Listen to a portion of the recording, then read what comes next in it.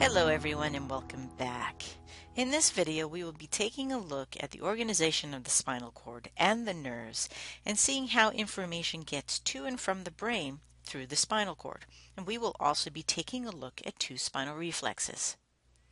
Looking at a real spinal cord which was dissected through a process called a laminectomy, where a saw is used to cut through the lamina of the vertebrae on both sides, opening up the vertebral canal, exposing the spinal cord for study. These extensions that look like pieces of thick thread are the rootlets that form the spinal nerves. In this close-up view, we can see the dura and arachnoid mater and the horizontal extensions of the pia mater, called the denticulate ligaments that secure the spinal cord to the dura. And we can also see the rootlets really well. The spinal cord begins just below the medulla oblongata and runs from the foramen magnum in the skull to around L2. In the fetus and the young child, the spinal cord runs the length of the vertebral column. But as a child grows, the vertebral column grows faster than the spinal cord. And the spinal cord ends up at about the level of L1 or L2, and it ends as the conus medullaris.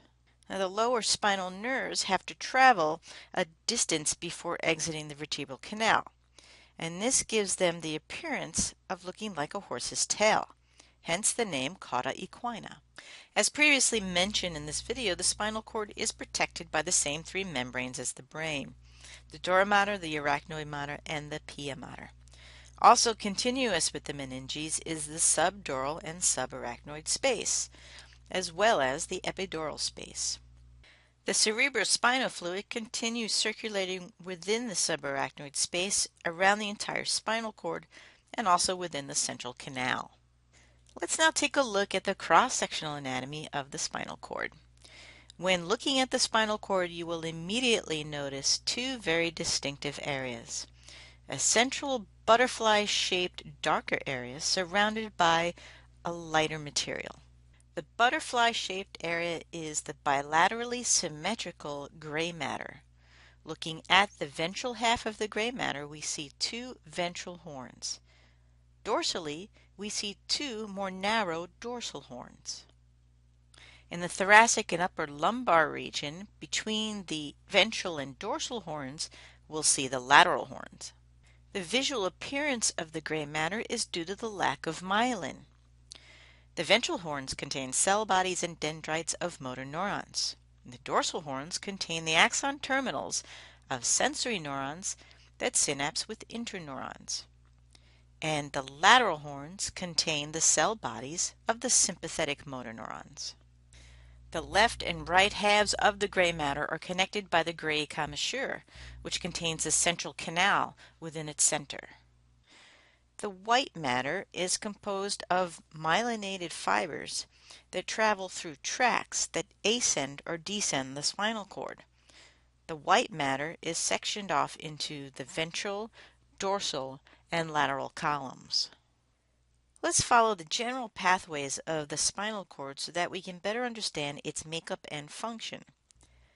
Beginning with some type of stimulus to a receptor, and in our example, we're using the lamellar corpuscle, which senses mechanical stimuli such as deep pressure. As the receptor is stimulated, local graded potentials will be generated. These potentials are also called receptor potentials. And if they are strong enough, it will initiate an action potential along the axon.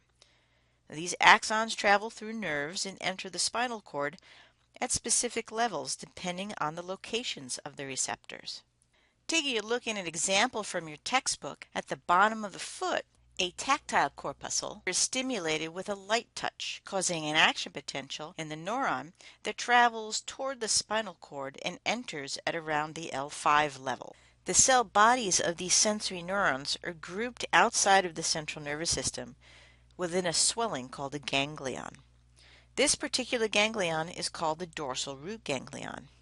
The axon continues on to the spinal cord through the dorsal root and enters the dorsal horn, where it may synapse with an interneuron or ascend a few levels and then synapse. The interneuron will cross over to the other side and then ascend up to the higher brain centers to synapse with a third neuron. This third neuron will terminate in the somatosensory cortex to be interpreted and localized by the cerebral cortex. This area of termination is the postcentral gyrus of the parietal lobe, specified as the foot area on the homunculus. Now we'll follow the general pathway for conscious control of skeletal muscle, also known as somatic motor.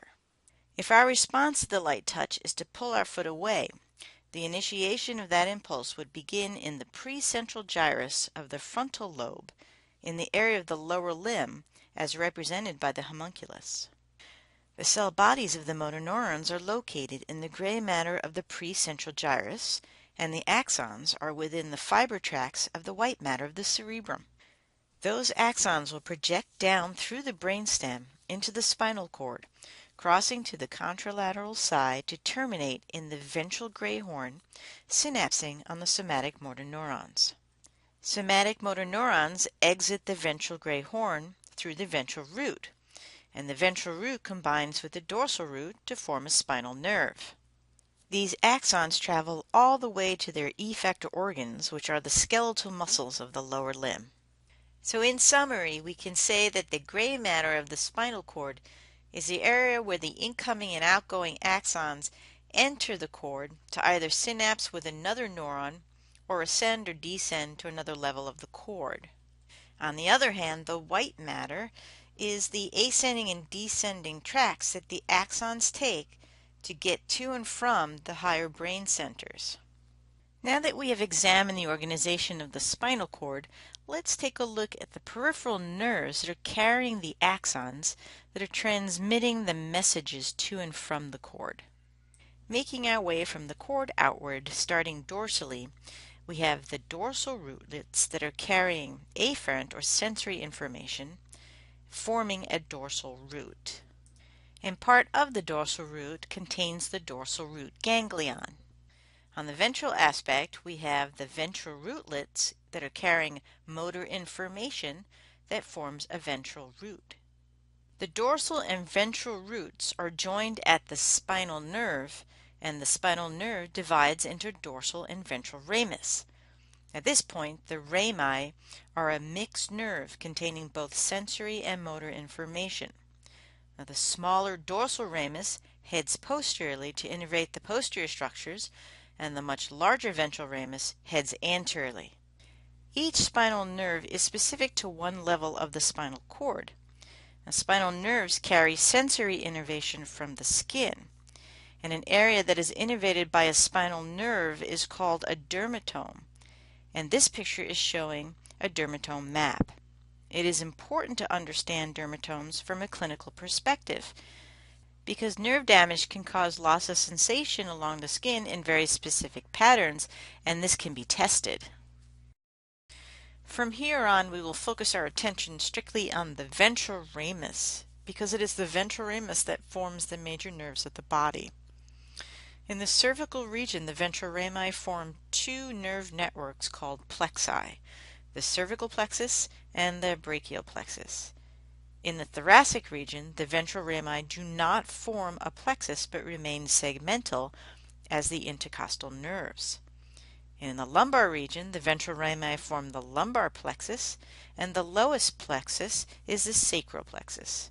We will be identifying and locating some of the nerves of these plexi in the laboratory. Now that you have been introduced to the organization of the spinal cord and its nerves, you can better understand spinal reflexes. We will be studying two of these in lecture and in lab. Please familiarize yourself with the stretch reflex, and specifically the patellar reflex, and the crossed extensor reflex, and we will be discussing these further in class. Well, that's it for now. See you soon.